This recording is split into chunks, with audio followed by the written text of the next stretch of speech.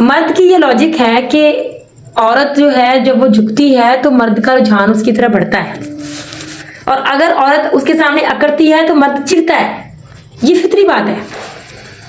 تو آپ اس کے پاؤں دبائیں، پاؤں کی مالش کرنی شروع کر دیں، تو آہستہ آہستہ آپ ان کے چہرے کی طرف دیکھیں گے کہ وہ آہستہ آہستہ اس کے چہرے پر ایک نرمی کا تاثر آنا شروع ہو جائے گا۔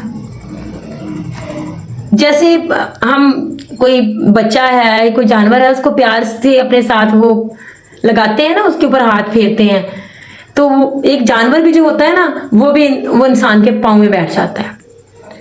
تو یہ تو پھر ایک مرد ہے، ہمارا حاکم ہے، اگر ہم اس کے ساتھ پیار سے چلیں گی تو وہ یقیناً ہمارے ساتھ اچھا ہی چلے گا، اس کی پسند کی کوئی چیز بنا لے۔ اب آپ جب اس کو اس طرح سے ٹریٹ کریں گی، محبت سے کریں گی، تو کسی کا بھی دماغ خراب نہیں ہوتا ہے کہ اٹھ کے آپ کے ساتھ لڑنے لگ جائے، بولنے لگ جائے۔ اگر مثال کے طور پر وہ آپ کے ساتھ غصہ پھر بھی ہو رہا ہے تو آپ برداشت کریں، مسکرا کے ٹال دیں، کیونکہ جب اللہ پاک نے فرمایا ہے کہ جو ڈالی جھکتی ہے میں پھل تو اسی پر لگاتا ہوں، تو جو عورت مقابلہ نہیں عورت کرے گی مرد کے ساتھ تو اس کا شوہر یقیناً یہ بات سمجھ جائے گا، اور وہ آہستہ آہستہ آپ کے بس میں آئے گا، آپ کے ساتھ پیار محبت سے رہے گا۔ اس کو منائیں، اس کی ضروریات کا خیال رکھیں، اس کی ذہنی کیفیت کو سمجھیں، اور اگر وہ کسی بات پہ غصہ بھی ہو رہا ہے تو آپ اس بات کو اگنور کر دیں، اس کو ظاہر نہ کریں کہ آپ کو اس بات سے دکھ ہوا ہے یا آپ پریشان ہیں اس بات سے۔ آپ اسے کہیں کہ ٹھیک ہے، جیسا آپ مناسب سمجھے ویسا کر لیں۔ اب بعض عورتیں کہتی ہم اسی کیوں تھلے لگ جائیں گے، مرد حاکمات اسی تھلے کیوں لگ جائیں گے؟ وہی اس میں نیچے لگنے والی تو کوئی بات نہیں ہے، یہ تو ہمارے نبی پاک کا فرمان ہے، اور یہ فرمان ہم عورتوں کے لیے نہیں تھا، یہ فرمان ان کی بیوی، ساری بیویوں اور بیٹیوں کے لیے بھی ایسے ہی تھا۔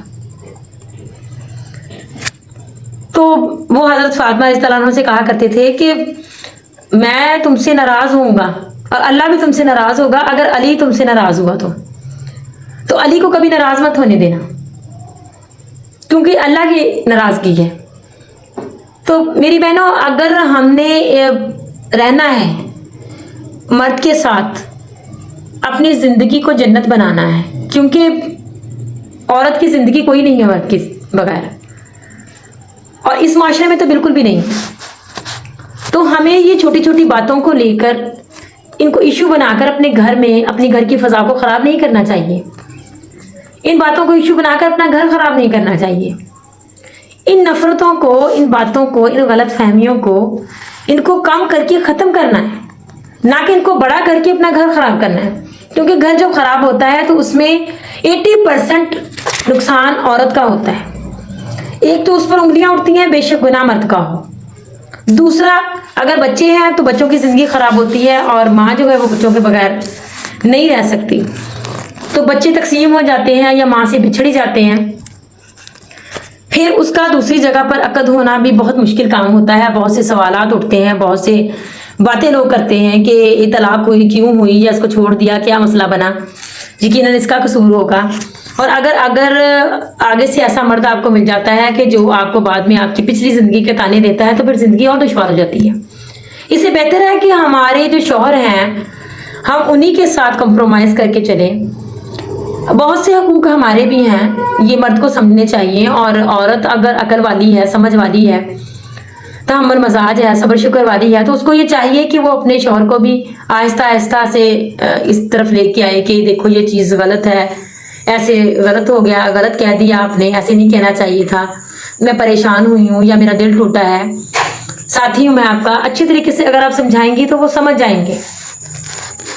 عورت جب اکڑتی ہے، آگے سے بحث کرتی ہے، تو پھر مرد کو بہت زیادہ غصہ آتا ہے، یہ اس کی فطری بات ہے، تو آگے سے جواب نہیں دیتے۔ ایسے میں نے بہت سے گھر خراب ہوتے دیکھے ہیں، اور 2 مہینے بھی نہیں گزرتے تو سب سے پہلے بات یہی بنتی ہے کہ زبان اس کی بہت لمبی ہے، بہت آگے سے بولتی ہے، نافرمانی کرتی ہے، یا پھر ناشکری کرتی ہے۔ ناشکری کا تو یہ ہے کہ آپ صلی اللہ علیہ وسلم نے فرمایا کہ میں جب معراج شریف پر گیا تو میرے نزدیک جب دوزخ کو لایا گیا تو میں نے اس میں زیادہ تعداد کثرت سے عورتوں کو دیکھا، اور ان میں ان عورتوں کو زیادہ دیکھا کہ جو عورتیں مردوں کی نافرمانی کرتی تھی، ناشکری کرتی تھی. اور یہ بات جب عورت کہتی ہے مرد سے کہ تم نے ساری عمر کیا ہے، مجھے دیا کیا ہے، میرے لیے کیا کیا ہے، کیا بنایا ہے، تو یہ ان عورتوں کے لیے میں بات کر رہی ہوں کہ میری بہنوں، مرد ہماری زندگی میں ہے، ہمارے سروں پر ہے. سب سے پہلے تو یہی اللہ پاک کا بہت بڑا احسان ہے ہم پر، کیونکہ حاکم کے بغیر قومیں نہیں چلتی اور ہم ان کی حاکمیت کے اندر ہیں. دوسری بات کہ مرد ہمیں اولاد دیتا ہے، اس کے بغیر اولاد ممکن نہیں ہے. تو اولاد دیتا ہے وہ ہمیں، پھر وہ ہمارے لیے باہر سے کما کر لاتا ہے. اور بہت سی ایسی عورتیں کہ جو مردوں کے ساتھ باہر کام کرتی ہیں یا گھر میں کام کرتی ہیں، تو وہ یہ بات بھی میں نے اکثر دیکھا ہے خاندانوں میں، گھروں میں یہ دیکھا ہے کہ بہت سی عورتیں مردوں پر اس لیے بھی حاکمیت جتاتی ہیں کہ ہم تو کما کے لاتی ہیں، ہم تم پہ ڈپینڈ کر کے تو نہیں بیٹھی ہیں.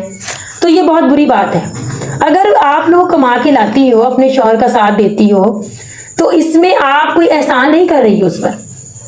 گھر آپ کا بھی ہے، اس کا بھی ہے، اولاد آپ کی بھی ہے، اس کی بھی ہے. اگر آپ اس کے ساتھ مل کر چلیں گی تو یہ کوئی ایسا ایشو نہیں ہے یا ایسی کوئی بات نہیں ہے کہ آپ اس کو تانے دینے لگ جائیں. مرد کی یہ عزت نفس پر ایک عورت کا بڑا کڑا وار ہوتا ہے، اور مرد یہ برداشت نہیں کرتا، برداشت کر بھی نہیں سکتا، کیونکہ آخر وہ مرد ہے اور حاکم ہے. یہ بات حاکم تو برداشت نہیں ایسے کی کرتا نا.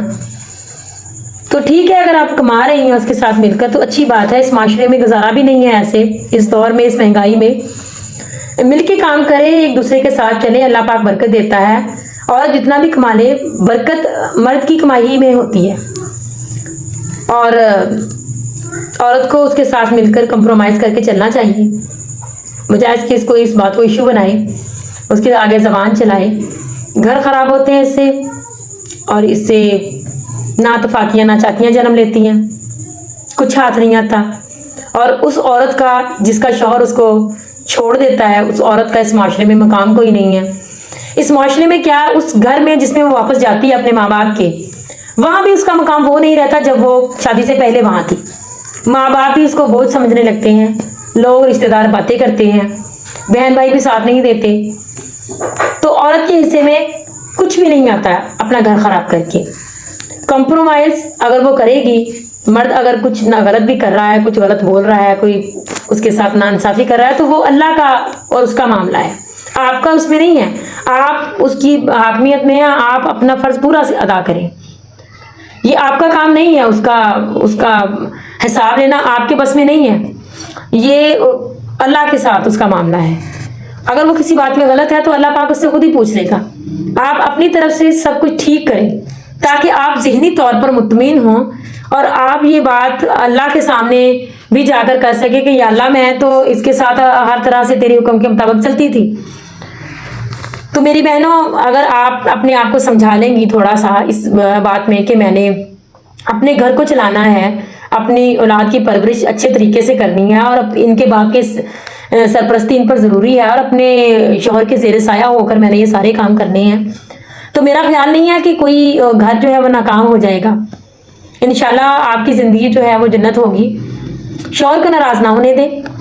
اگر وہ کوئی غلط تقاضا آپ سے کر رہا ہے تو آپ اس کو پیار سے سمجھا دیں، اور اگر وہ کوئی جائز بات کر رہا ہے تو آپ کمپرومائز کریں، صبر کریں، اور اس کا خیال رکھیں، اس کی ہر ضرورت کا خیال رکھیں، کیونکہ وہ آپ کے لیے سارا دن مشقت کرتا ہے، محنت کرتا ہے، اور ایک نظام کو چلا رہا ہے وہ، جو عورت نہیں چلا سکتی. جہاں عورت نظام چلاتی ہے وہاں گھر نہیں بستے، وہاں پر وہ خاندان اس طرح سے پرورش نہیں پاتا، وہ بچے اس طرح سے پرورش نہیں پاتے کہ جن کے سر پر باپ کا سایہ نہیں ہوتا. اور عورت اکیلی کچھ نہیں کر سکتی. اگر اکیلی عورت کچھ کر سکتی تو پھر اللہ پاک ہم پر یہ حاکم نہ بناتا. باقی آپ جب آپ کے شوہر گھر آتے ہیں شام کو تو بہت اچھے طریقے سے ان سے بات کریں، ملیں، اور اپنے آپ کو اچھا خوبصورت بنائیں، تاکہ مرد جو ہے بیسکلی طور پر اللہ پاک نے عورت میں یہی اٹریکشن رکھی ہے مرد کے لیے، اور عورت اس کی کمزوری ہے.